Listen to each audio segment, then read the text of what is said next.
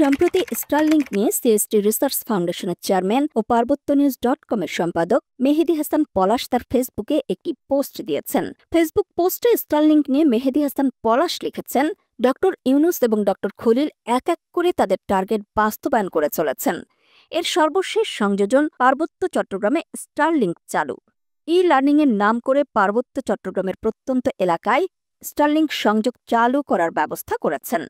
প্রাথমিকভাবে ১০০টি স্কুলে স্টারলিংক সংযোগ ব্যবহার করে এই প্রকল্প পরিচালিত হবে। প্রধান উপদেষ্টা নিজেই এই প্রকল্পে স্টারলিংক সংযোগ ব্যবহারের জন্য প্রস্তাব দিয়েছেন। সর্বশেষ ঘটনা হিসেবে যদি আমরা ইরানের দিকেও তাকাই, ইরান যখন সেদেশে অবস্থিত মোসাদের গোয়েন্দাদের নেটওয়ার্ক বিচ্ছিন্ন করতে সেদেশের সরকারি ইন্টারনেট সংযোগ বন্ধ করে দিয়েছিল, সে সময় ইলন মাস্ক ঘোষণা দিয়ে ইরানে স্টারলিংক সংযোগ চালু করেছিল এবং এই সংযোগ ব্যবহার করে মোসাদের গোয়েন্দারা ইরানের উপরে একের পর এক অন্তর্ঘাতমূলক হামলা পরিচালনা করেছে। ইউক্রেন সেনাবাহিনীও এই সংযোগ ব্যবহার করে রাশিয়ার অভ্যন্তরে হামলা পরিচালনা করছে। ভারত অভিযোগ করছে, সেভেন সিস্টার্সের বিদ্রোহীরা এই সংযোগ ব্যবহার করে সন্ত্রাসবাদী কার্যক্রম পরিচালনা করছে। একই অভিযোগ করছে মিয়ানমারের জান্তা সরকার। সেদেশের বিচ্ছিন্নতাবাদী সশস্ত্র গোষ্ঠী এই স্টারলিংক সংযোগ ব্যবহার করে সরকারের বিরুদ্ধে সশস্ত্র লড়াই চালিয়ে যাচ্ছে। বিশ্বব্যাপী এরকম আরও অনেক উদাহরণ দেয়া যায়। এ থেকে বোঝা যায়, স্টারলিংক সংযোগ কেবল বেসামরিক কাজে ব্যবহৃত হয় না।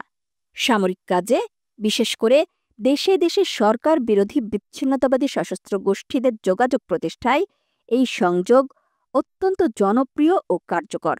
সে কারণে পার্বত্য চট্টগ্রামের মতো একটি অঞ্চল, যেখানে বিচ্ছিন্নতাবাদী সশস্ত্র গোষ্ঠীর বিপুল ও শক্তিশালী সক্রিয় কর্মকাণ্ড পরিচালনা হচ্ছে, সেখানে এ ধরনের সংযোগ ওপেনের পূর্বে সরকারের উচিত ছিল রাষ্ট্রের নিরাপত্তা সংস্থাগুলোর সাথে আলাপ আলোচনার ভিত্তিতে থ্রেট ও রিস্ক অ্যানালাইসিস করে অগ্রসর হওয়া।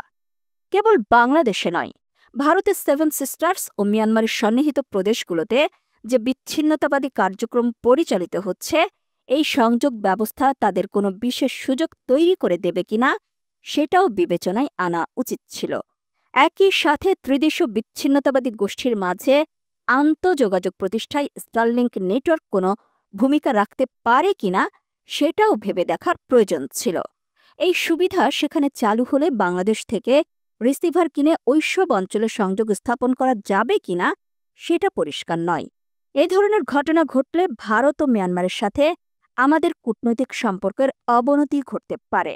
এমনকি চীনও বিষয়টি ভালোভাবে দেখবে না বলেই ধারণা করা যায়। আমাদের দেশে স্টারলিংক সংযোগ এখনও পর্যন্ত অনিয়ন্ত্রিত, ফলে সেখানে কী ধরনের তথ্য পাচার হবে তা মনিটরিং করার কোনো ব্যবস্থা বাংলাদেশের হাতে নেই। এর উপর সরকারের কোনো নিয়ন্ত্রণ নেই। এছাড়াও যারা এ সকল প্রজেক্টের শিক্ষক হিসেবে কাজ করবেন বা এর পরিচালনায় থাকবেন, তাদের সাথে সশস্ত্র গোষ্ঠীর যোগাযোগ থাকলে খুব সহজেই তাদের পক্ষে তথ্য প্রচার করে নিরাপত্তা ঝুঁকি সৃষ্টি করা সহজ হবে। কেবল সশস্ত্র কার্যক্রম নয়, মাদক ও অস্ত্র চোরাচালান এবং মানব পাচারের একটি অভয়ারণ্য এই ত্রিদেশীয় দুর্গম অঞ্চল।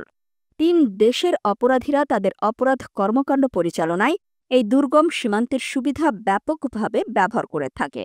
স্টারলিংকের এই সুযোগ সেই অপরাধ কর্মকাণ্ড পরিচালনায় প্রযুক্তিক সহযোগিতা দিয়ে অবাধ ও নির্বিঘ্ন করতে পারে।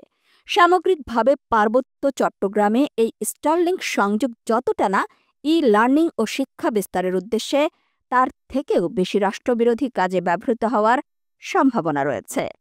এই সরকার জাতীয় নিরাপত্তা ইস্যুতে দেশের মানুষের কনসার্ন ও নিরাপত্তা সংশ্লিষ্টদের পরামর্শ নেয়ার কোনো প্রয়োজন বোধ করছে না। পশ্চিমা স্বার্থ ও এজেন্ডা বাস্তবায়নে এই সরকার রাষ্ট্রীয় নিরাপত্তা ও স্বার্থকে থোড়াই কেয়ার করে চলেছে। দেশের সকল রাজনৈতিক দল বন্দর ও করিডোর ইস্যুতে আলাপ আলোচনা করে সিদ্ধান্ত নেওয়ার পরামর্শ দিলেও সরকার কারোর সাথে কোনো পরামর্শ না করেই এগিয়ে গেছে। জাতিসংঘ মানবাধিকার কমিশনের কার্যালয় বাংলাদেশে খোলার বিরুদ্ধে ব্যাপক প্রতিবাদ হলেও তাতে কোনরূপ ভ্রুক্ষেপ না করে সরকার জাতিসংঘ মানবাধিকার কার্যালয় খোলার অনুমতি দিয়েছে। এখন জাতিসংঘ একজন সমকামীকে বাংলাদেশের মতো মুসলিম সংখ্যাগরিষ্ঠ দেশে আবাসিক প্রতিনিধি করে পাঠানোর জন্য সিলেক্ট করেছে। তিনি তার সমকামী পার্টনারকে নিয়ে বাংলাদেশে বসবাস করতে চান।